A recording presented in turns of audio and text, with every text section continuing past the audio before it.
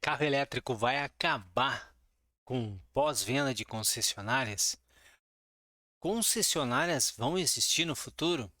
Bom, seja muito bem-vindo, eu sou Olavo Centeno e por aqui a gente fala sobre peças, serviços e acessórios. Sim, a gente fala sobre tudo referente ao pós-venda de concessionárias, duas, quatro rodas, veículos, caminhões e implementos agrícolas e rodoviários. Bom, você que é novo por aqui, se gostar do conteúdo, eu peço que você compartilhe com seus colegas de trabalho para que essas informações cheguem ao maior número possível de profissionais aí a gente possa realmente ser protagonista da nossa história e ajudar, inclusive, a ir para o caminho certo, o caminho da luz aí em relação ao pós-venda, em relação até à pergunta que eu fiz no início aqui desse nosso episódio. O universo concessionária vai mudar? Vai mudar nos próximos anos?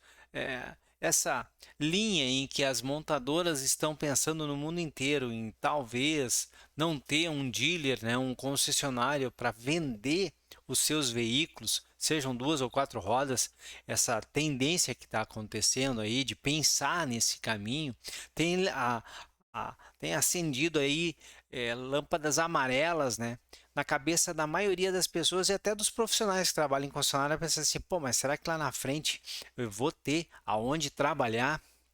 Isso é um ponto de que sim, o modelo de negócio, eles estão passando por revoluções, e isso não é de hoje, isso tem acontecido desde que o primeiro automóvel foi criado, muito mudou de lá para cá. A maneira como produzia, a maneira como se vendia, o tipo de veículo e o consumidor também mudou. Então é natural que a gente passe de tempos em tempos por transformações.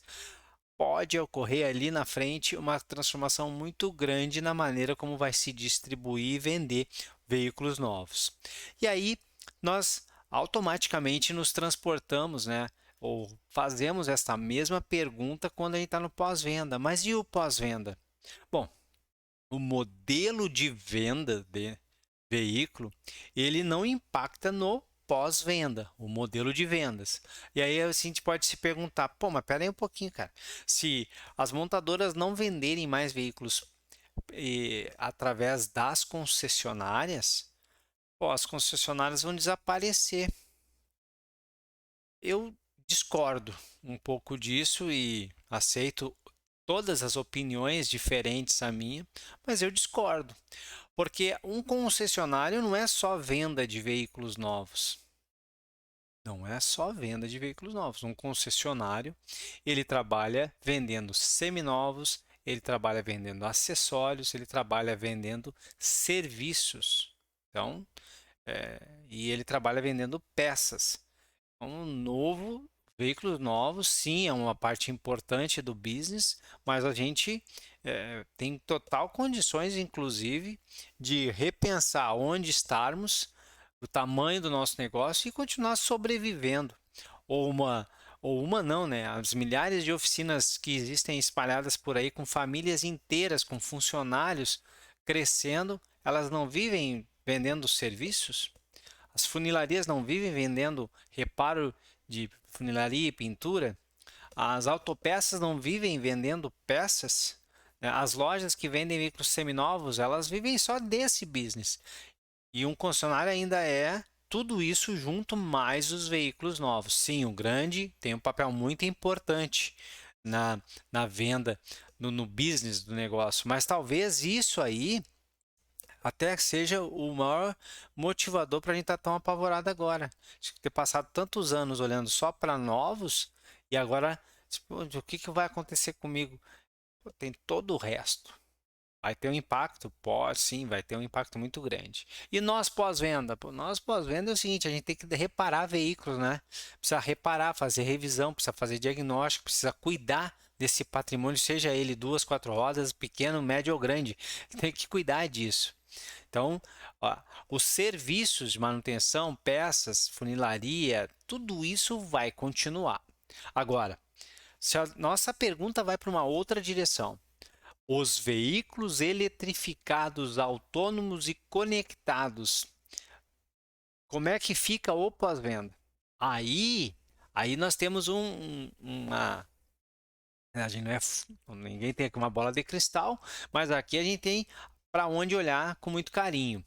E nós não podemos nem ser aquele cara, né, aquele profissional que fala assim, ah, não vai mudar nada, e também não pode ser aquele profissional também que vai dizer, cara, vai mudar tudo e vai acabar. Não vai ter mais serviço. E por que que eu digo isso? Porque eu tenho escutado, lido muito, as pessoas falam assim, pô, agora que o veículo não vai ter mais, não tem mais motor a combustão, é só um motor elétrico, acabou, não vai ter, não tem por que levar o carro no pós-venda.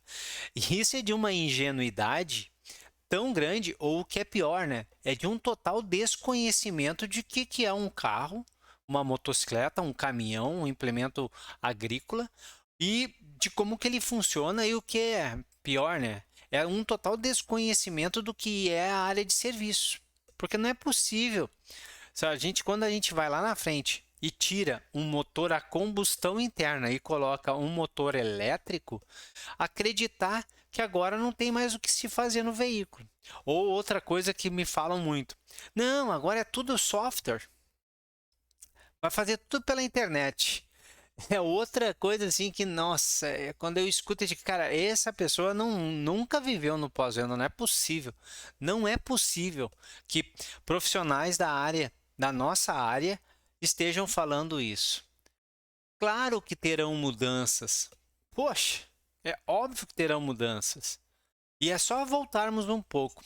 Se a gente voltar ali, ó, naquela virada de 98, 99 e 2000, lembra o que estava acontecendo no nosso país? Lembra ali as coisas que estavam acontecendo no setor automotivo?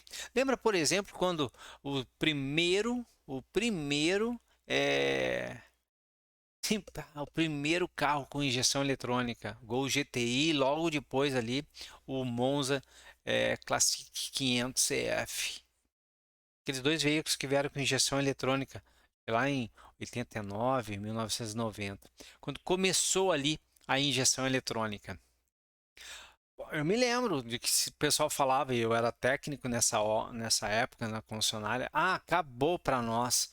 Quem, quem mexia, que a gente passava muito tempo nas revisões, né? As revisões, boa parte da revisão de um automóvel estava ligada à área de alimentação do motor, carburador. Era desmontar os carburadores, limpar o carburador, ajustar o carburador, montar tudo. E aí tinha aquela loucura nessa época de não, vai acabar. Agora acabou, não vai ter mais por que o cara trazer o carro aqui. Tá bom. Toda a frota passou a ser injeção eletrônica, toda a frota tem injeção eletrônica. Aí era um injetor para todos os cilindros, depois um injetor para cada cilindro. Era injeção perdida, de combustível perdido, depois passou a ser injeção exatamente no tempo certo, depois passou a ser injeção direta. E aí hoje a gente tem indireta e indireta. Olha quanto evoluiu. E olha a quantidade de veículos que chega todo dia na concessionária para fazer o quê? Exatamente, para fazer diagnóstico do sistema de alimentação com problema, para fazer limpeza dos injetores, substituição dos injetores. E não, hoje em vez de desmontar um carburador, trocar ali uma boia, um joguinho de junta, um, uma, um vedadorzinho ali, uma agulha. Agora a gente tem que trocar os injetores, tem que trocar os O-rings, tem que trocar o filtro de combustível, tem que trocar a tubulação, tem que trocar a bomba de alta, tem que trocar a bomba de baixa, tem que trocar o regulador de pressão, tem que trocar o sensor que mede na linha que tipo de combustível é. Olha a quantidade de coisas que foram adicionadas, tudo eletrônico, tudo digital, tudo controlado por um software, mas o trabalho tá lá. E outro detalhe, né? Quando tinha um carburador 100% mecânico, aí passou a ter aqueles carburadores eletrônicos. Olha, agora a eletrônica vai cuidar de tudo. E aí agora a injeção eletrônica, nossa, software resolve tudo. Software não resolve tudo. Na maioria das vezes, software não resolve quase nada. Tem centenas de atualizações de software sendo feitas todo dia e os veículos continuam indo para a oficina, porque eu vou contar um segredo que muitos que não são da nossa área não sabem, é que Meu amigo, software não resolve o problema de um combustível com problema.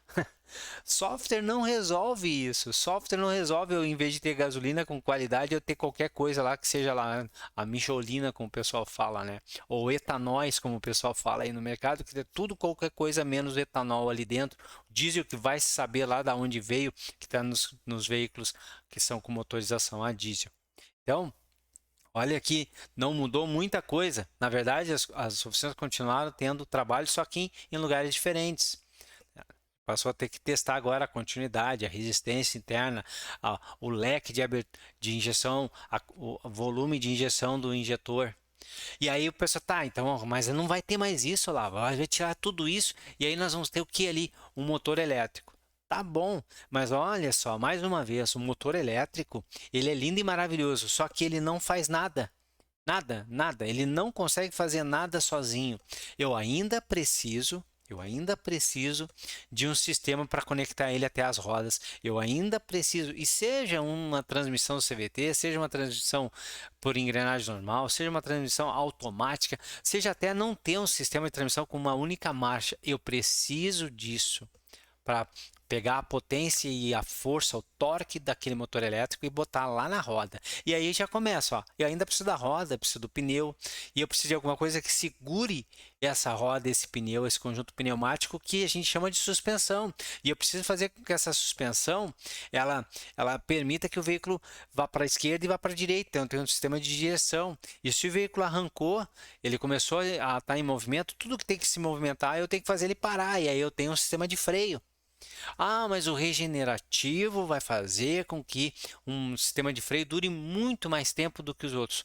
Sim, concordo, mas vai chegar uma hora que vai precisar trocar. Olha a quantidade de coisa. E tem outra. Ah, mas quantas peças não vai trocar mais óleo? Agora não troca mais óleo, não troca mais filtro, não troca mais vela, não troca mais esses detalhes. Pois é, não troca, mas vai ter outras coisas para trocar. A maioria dos veículos ainda hoje, 100% elétrico inclusive, eles ainda assim têm sistemas de arrefecimento para todo o conjunto de baterias ali, ainda tem todo um conjunto para cuidar só daquele motor elétrico. E sim, motor elétrico dá problema, baterias vão dar problema, vão precisar ser feito diagnóstico, vão precisar ser feitas substituições, sem contar as garantias. As garantias. E aí, olha só, o pessoal fala muito, né? Pois é, mas aí as montadoras vão vender veículos direto com elas e não vai nem ter concessionária, não vai precisar nem ter concessionária, vai consertar tudo com software na casa do cliente. Ha, ha, ha, ha, ha, ha. Eu quero estar vivo para ver isso aí acontecer. Eu quero estar vivo para ver isso acontecer. De uma montadora, ela ser capaz de fazer isso. Ó, você que é de montadora, não fica frustrado. Eu não estou te colocando você o profissional, mas é que não é o business de uma montadora. Ela nunca fez, não faz, e vou contar uma coisa. Eu duvido que ela saiba fazer isso em algum momento no futuro. Não é assim que acontece. E outra, na casa do cliente, olha, eu não sei como é que é lá fora, cada país tem as suas regras, mas o nosso país não é assim. Tenta fazer qualquer coisa aí na tua casa. Mas você não. Olha, a maioria mora em condomínios é, é, verticalizados, prédio. Você não consegue mais nem lavar o teu carro. Porque não tem onde lavar. Tenta ir lá na garagem do teu prédio lavar o carro para ver. Você não pode, é proibido. O máximo que você pode fazer é passar um paninho lá. Imagina se alguém vai lá fazer uma manutenção. Ah, não, mas aí cria pontos espalhados pela cidade. Ah, mas ponto espalhado pela cidade. Como é fácil falar, né? Só criar ponto espalhado pela cidade. Não é assim, tem regras, tem normas, tem padrões. Então, entre essa coisa de que, nossa, vai mudar tudo e esse pensamento, né, de que agora o carro é elétrico. Primeiro, porque o carro elétrico não vai dar mais manutenção. Até parece que a quantidade de tudo que a gente tem eletrônica dentro da nossa casa não estragam, né? Aí o pessoal, mas quando estraga a gente compra outro. Tá, então tá. Quando o teu carro estragar e você pagou R$ 200 mil, é só pegar mais R$ 200 mil e vai lá comprar outro. É, o celular é assim, né? Ah, é celular. Celular né, não é só eletrônico, mas e as centenas de lojinhas que todo dia estão aí, abrem a porta e fecham no final do dia, abrem a porta no outro dia, fecham e se sustentam vendendo o quê? Acessórios para celular, consertando o celular. E olha que o celular é um negocinho de R$ 2.000 só. E mesmo assim o pessoal conserta, troca a tela, porque ele cai e quebra, né? Porque ele para de funcionar. E aí tem toda a venda de baterias e proteções. E é R$ 2.000 só o preço de um celular. Agora você imagina a gente, um automóvel de 150, 200. Se hoje um carro básico no Brasil custa 60, R$ 70.000, né? Agora em 2022, imagina, pessoal, se alguém vai trocar mesmo. Claro que vai reparar. E aí eu disse, tá, mas não tendo concessionária, é reparar onde bem entender. Sim, claro que é, mas isso já é hoje. O cara que compra um carro a combustão interna hoje, ele repara onde ele bem entende. Ele que decide onde ele vai reparar. Porque a garantia não é o que segura ninguém. Ele pode abrir mão da garantia, ele pode reparar onde ele quiser. Mas eu quero ver reparar. Não é toda oficina que vai conseguir fazer. Já é assim hoje. Existem centenas de oficinas independentes maravilhosas, assim como existem centenas que não têm a menor condição de atender um veículo. Seja por falta de conhecimento técnico, seja por falta de equipamento para reparo ou equipamentos para diagnóstico. Então, o que eu digo é o seguinte: mudanças, elas sempre aconteceram, estão acontecendo e continuarão acontecendo lá na frente. Então, em vez de ficar sendo aquele cara que diz que não vai acontecer nada, ou que tudo vai acabar, que são os extremos, vamos ficar no meio tempo, aqui, no meio do caminho, e definir o seguinte: bom, eu preciso profissional do setor de reparação automotiva, eu preciso estar sempre atualizado. Se eu estou recebendo hoje veículos híbridos, eu preciso entender deles. Se eu estou recebendo veículos elétricos, eu preciso entender deles. Se eu sou quem está atendendo o cliente, eu preciso entender que o consumidor dos anos 80 é diferente dos anos 90, que foi diferente dos anos 2000, que foi diferente de 2010 e que hoje, passado 2020, é um outro perfil de consumidor. Eu preciso me atualizar, entender quais são os canais que eu me comunico com ele, quais são as necessidades que ele tem, quais são os desejos que ele tem, quais são os sonhos que ele tem, que problemas eles têm hoje e precisam resolver e como eu posso resolver. Ao olhar para o mundo dessa maneira, a gente vai continuar podendo ser útil, assim como foi quando era carruagem a cavalo, depois quando foi a vapor, depois quando foi a combustão interna, depois quando foi a combustão interna e veio a injeção eletrônica, o ABS, a transmissão automática, o controle de estabilidade, assim como é hoje com o ADAS, com esses veículos semi-autônomos, com veículos híbridos, com elétricos de hoje e será lá na frente, seja lá o que vier, né? Virão muitas coisas. Então, o bate-papo de hoje é para dizer para todo mundo que esteja sim conectado e atualizado com o que está acontecendo, preocupe-se sim com o que está acontecendo, porque essa preocupação vai fazer com que você vai tentar identificar para onde está indo a tecnologia e que tipo de conhecimento você, que é o profissional de pós-venda, vai precisar ter. Tanto o tipo de conhecimento, atitude e habilidades para lidar com os clientes desse mercado de hoje e o de amanhã, assim também como com os produtos, os veículos de hoje e de amanhã. Fazendo isso, você sempre será útil. Você sempre será útil para a empresa que trabalha e útil para o cliente. E quando nós somos úteis para esses dois universos, o mercado não vai se fechar nunca para nenhum de nós. Sucesso, muitas vendas e a gente se vê aí no próximo episódio.